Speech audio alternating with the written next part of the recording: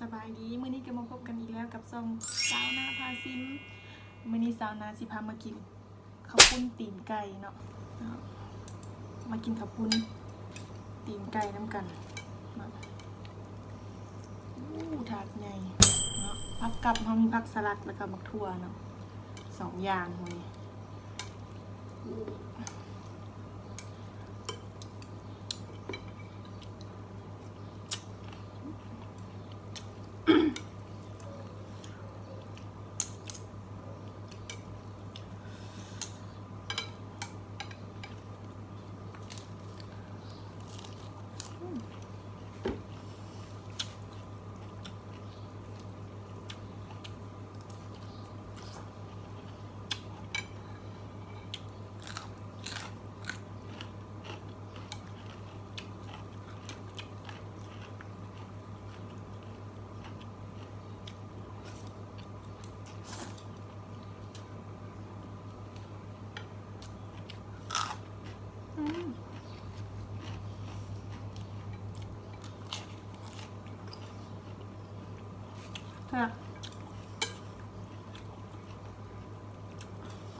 น้ำมันแซ่บแล้วโดยไม่ต้องปรุงอย่าง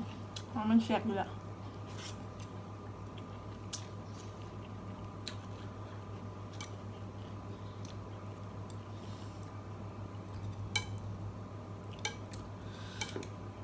ตีนไก่ผัก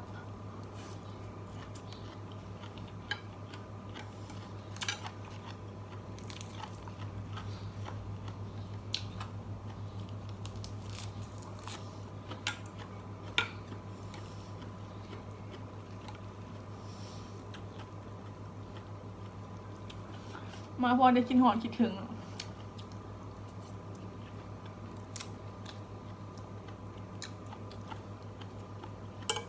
มิดไปหลายมือชิ้นหอดกัน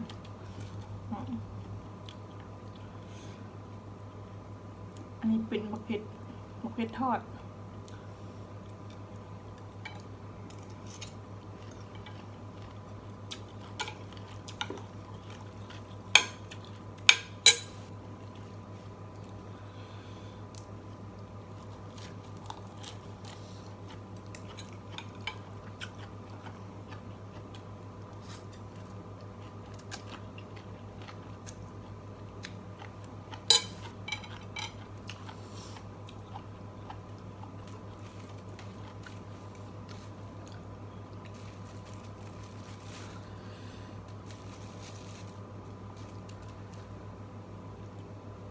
เผ็ดดิบ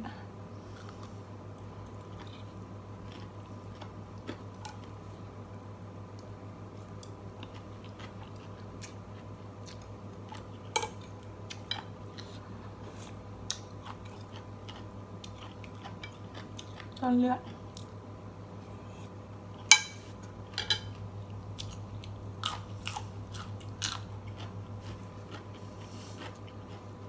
เอาสลัด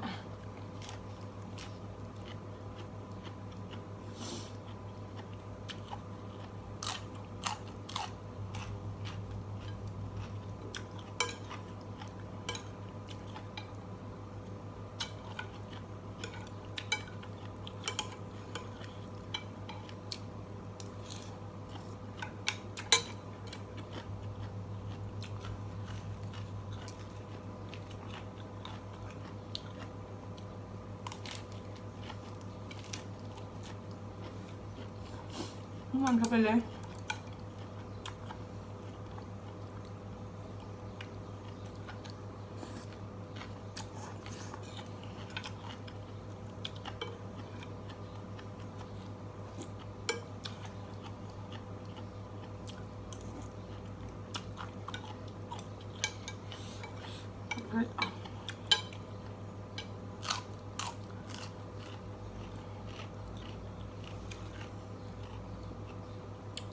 ตีนไก่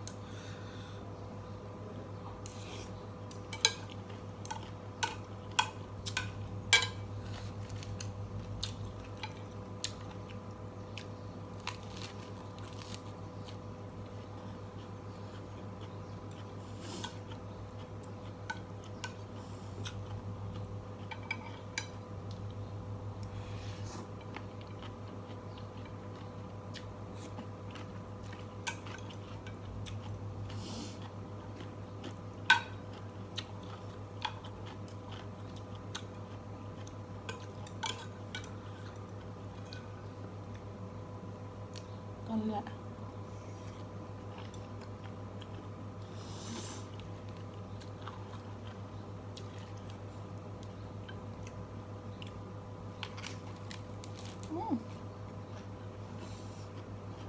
ย่อยสะอื่น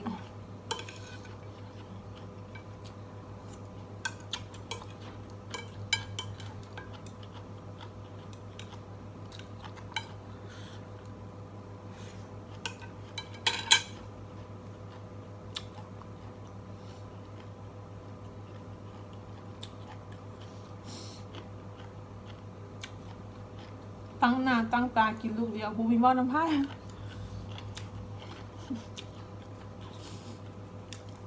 ทำนาเป็นคนเมาบ่ค่อยเก่ง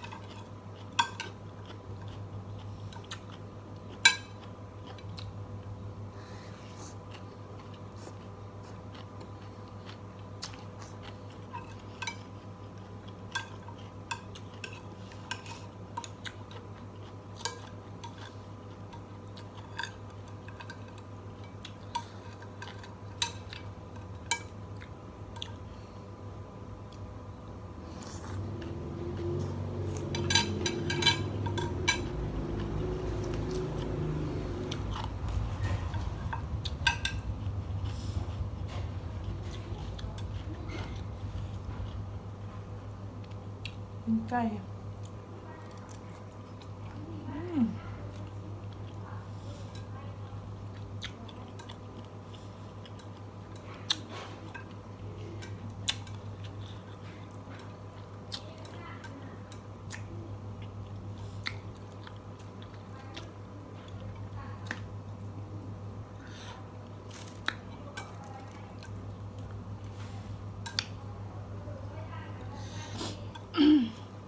ต้มจนมันเปื่อยมันเอาตีนไก่กินง่าย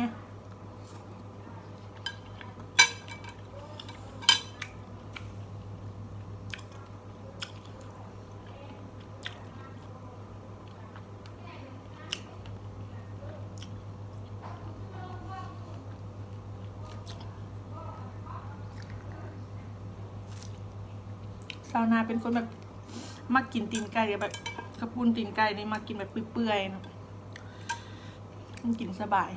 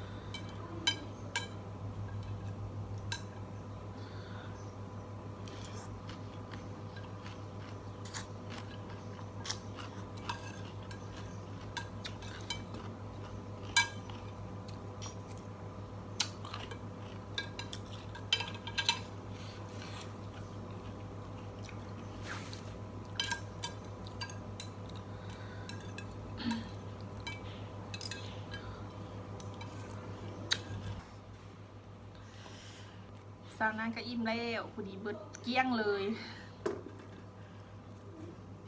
ถ้าผู้ใดมักคลิปนี้เนาะก็อย่าลืมกดไลค์กดแชร์กด Subscribe เนาะกดกระดิ่งแจ้งเตือนเนาะเพื่อจะบ่พลาดคลิปใหม่ๆของสาวนาเนาะมื้อนี้สาวนาก็ขอตัวลาไปก่อนสบายดี